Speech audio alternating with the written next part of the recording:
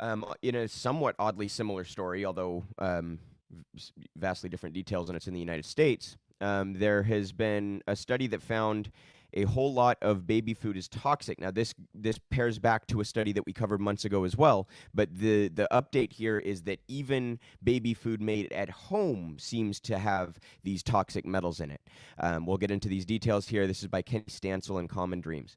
94% of prepackaged and homemade U.S. baby foods contain toxic heavy metals, according to a study. Quote, FDA must go beyond the baby food aisle and get strong standards for these contaminants, said the National Director of Healthy Babies' Bright Future. Almost all of the baby foods that parents in the United States feed their children, whether purchased at the store or prepared at home, contain detectable amounts of toxic heavy metals that can impair brain development, according to new research published Thursday, which led to renewed demands for improved regulation.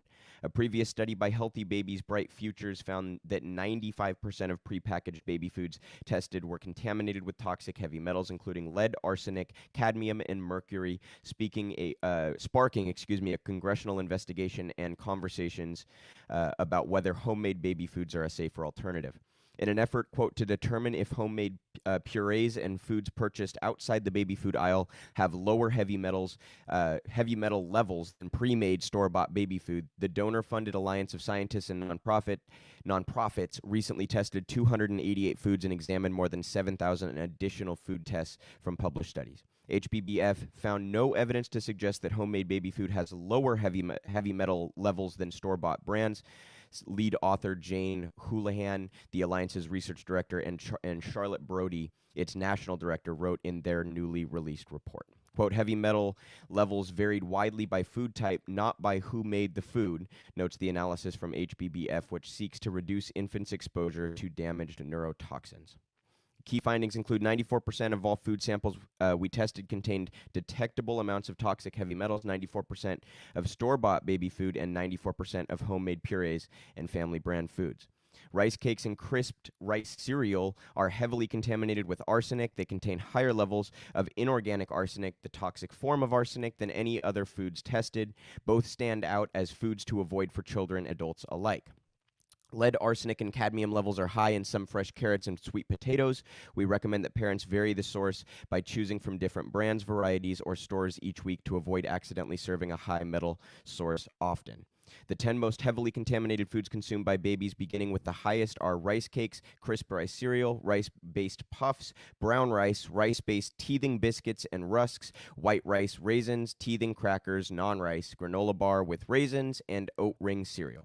The 10 least contaminated foods consumed by babies, beginning with the lowest, are bananas, grits, baby food brand meats, butternut squash, lamb, apples, pork, eggs, oranges, and watermelon.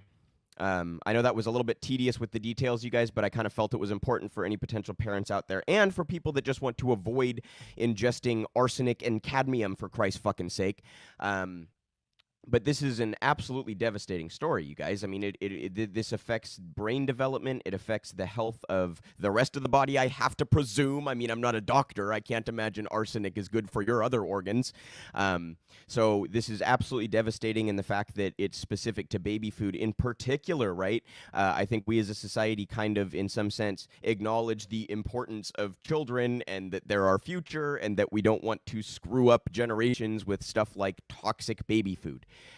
So absolutely devastating story, and I hope that there are further regulations on not just the store-bought baby food, but on the ingredients that are often used for homemade or puree sourced baby food. So that's, I mean, again, I'm not naive enough to expect that, you guys. I understand who is currently running our government, but that's the kind of devastating story that I feel like people should be aware of and take whatever actions you feel is most responsible for you and your loved ones.